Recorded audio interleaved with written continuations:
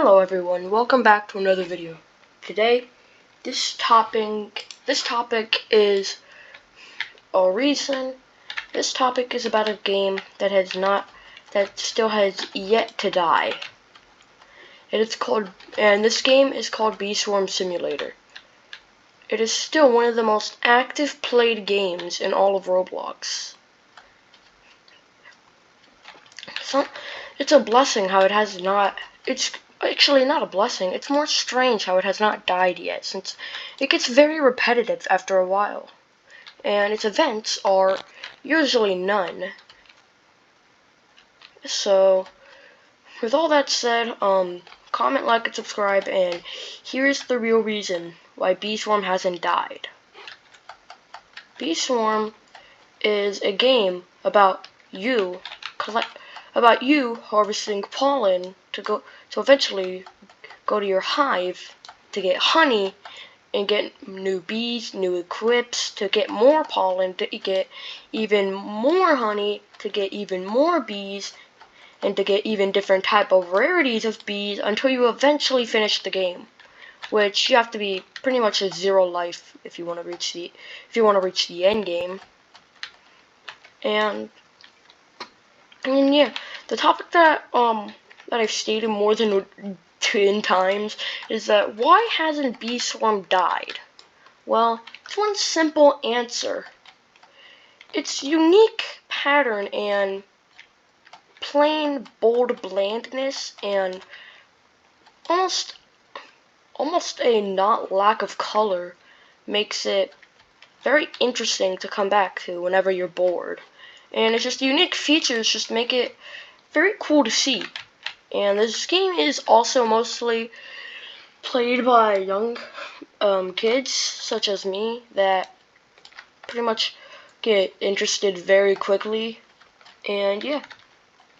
But there's also another topic, the bee category.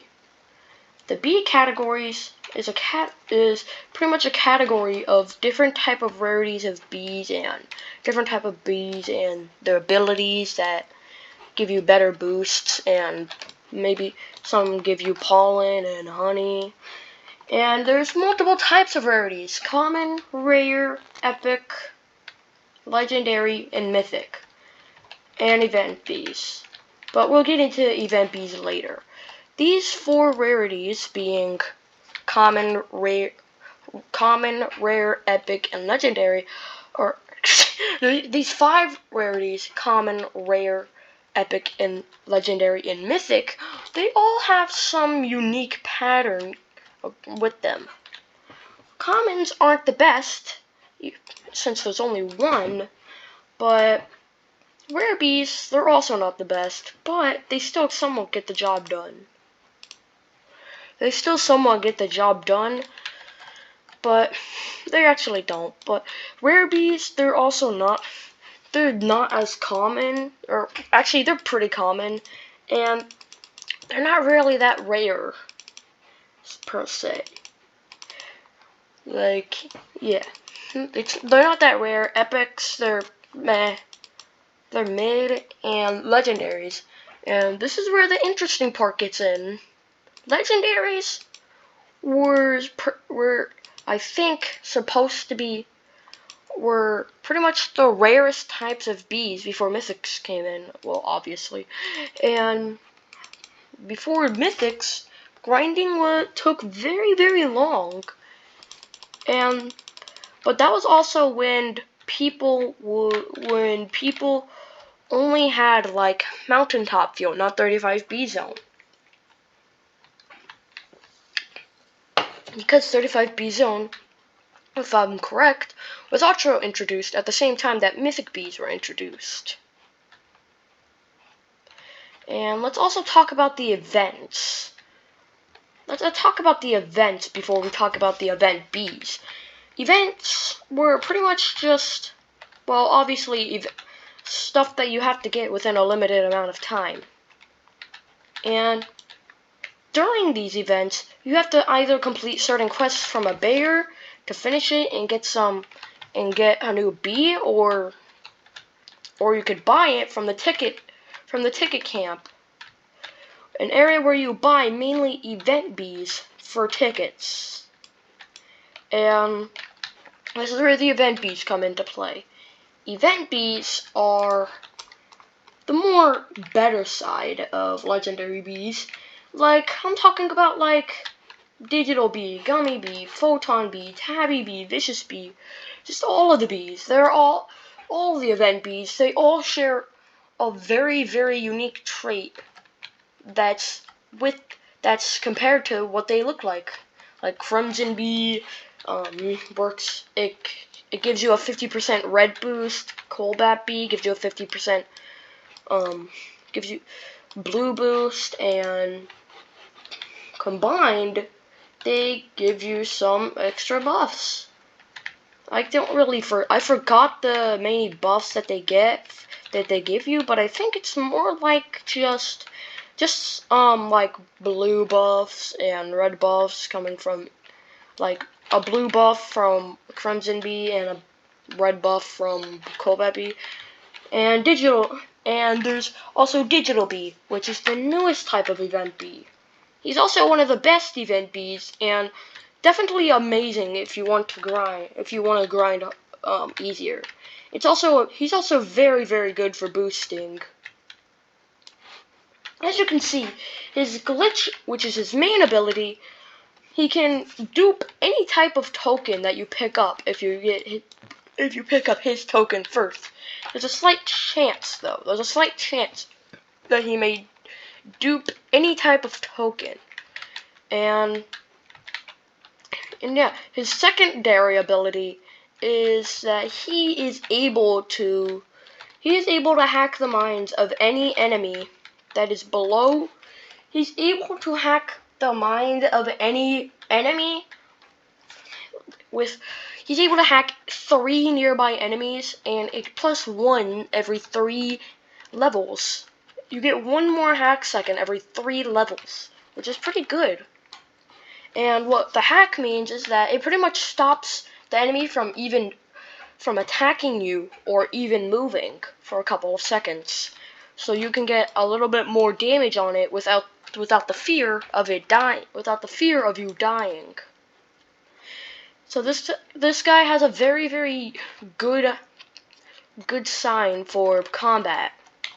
For combat against probably future bosses like the Meko, the Meko bots, or the Mequitos that are only specifically in Robo-Bear's challenge. Robo-Bear's challenge is quite rigged, honestly. You rarely even, it's almost not even possible to beat it. Even people who are in the beta testing of Bee Swarm can't even beat it without struggling, which is quite crazy to say. So it's probably best if you buy it for 2,500 Robux instead of having to waste half of your life trying to get it, because either way they're both wasting your life. But yeah, it's gifted ability. With its gifted ability, Digital Bee is able to hack any nearby field, which also means its main ability, but it hacks any type of random field and it hacks any type of random field and lets other people who don't have Digital Bee have a taste of what it's like to have one, though. And yeah, there's also Photon Bee and Tabby Bee. There's also Gummy, Photon, Tabby, and Vicious Bee that are also very important. There's Windy and Puppy, and Festive and Bear, but like, I don't own those, so I don't really know a lot about them. Vicious Bee is definitely the best for combat because he deals the most damage and his abilities are mainly for combat, other than his Blue Bomb Plus. He has an Impale ability, which he's the only bee that is able to summon spikes from the ground to attack enemies. He's the only type that can do that. As you can see, this is This is Digital Bee's duping ability, and that's Digital Bee's gifted ability. Digital Bee just corrupted the blue flower field, which I'm already in, and yeah, that's pretty much. It's pretty cool, honestly, and it's definitely very good if you want to get some quick boosts in while you can. It's especially good if you're in like Pepperfield or any type of area that has like triple flowers, because those things give a lot. Because if you do that, then you get a good amount. And with its gifted ability, it gets -15 monster respawn timer, which is very useful. And yeah, this is the main part. But this is honestly the main part why Bee Swarm has not died yet. It's mostly because of its bland color pattern, and pretty much it is very repetitive, but the repetitiveness of this game is what makes it fun. The repetitiveness makes it fun for some reason. It's like out of the ordinary of any different type of simulator game, which is like almost required to pay up, like some game. But yeah, this is pretty much all I wanted to talk about. I'm still kind of shocked on how Bee Swarm Simulator hasn't died even when it's like 3, 4, 5 years old. And yeah, it's also not dead yet, because I'm currently recording this in Beesmas, but I might upload this somewhere later after Beesmas. I don't know. But I hope you all. That's all I wanted to talk about. I hope you all have a wonderful day. Make sure to comment, like, and subscribe. And I'll see you all in the next one. Goodbye.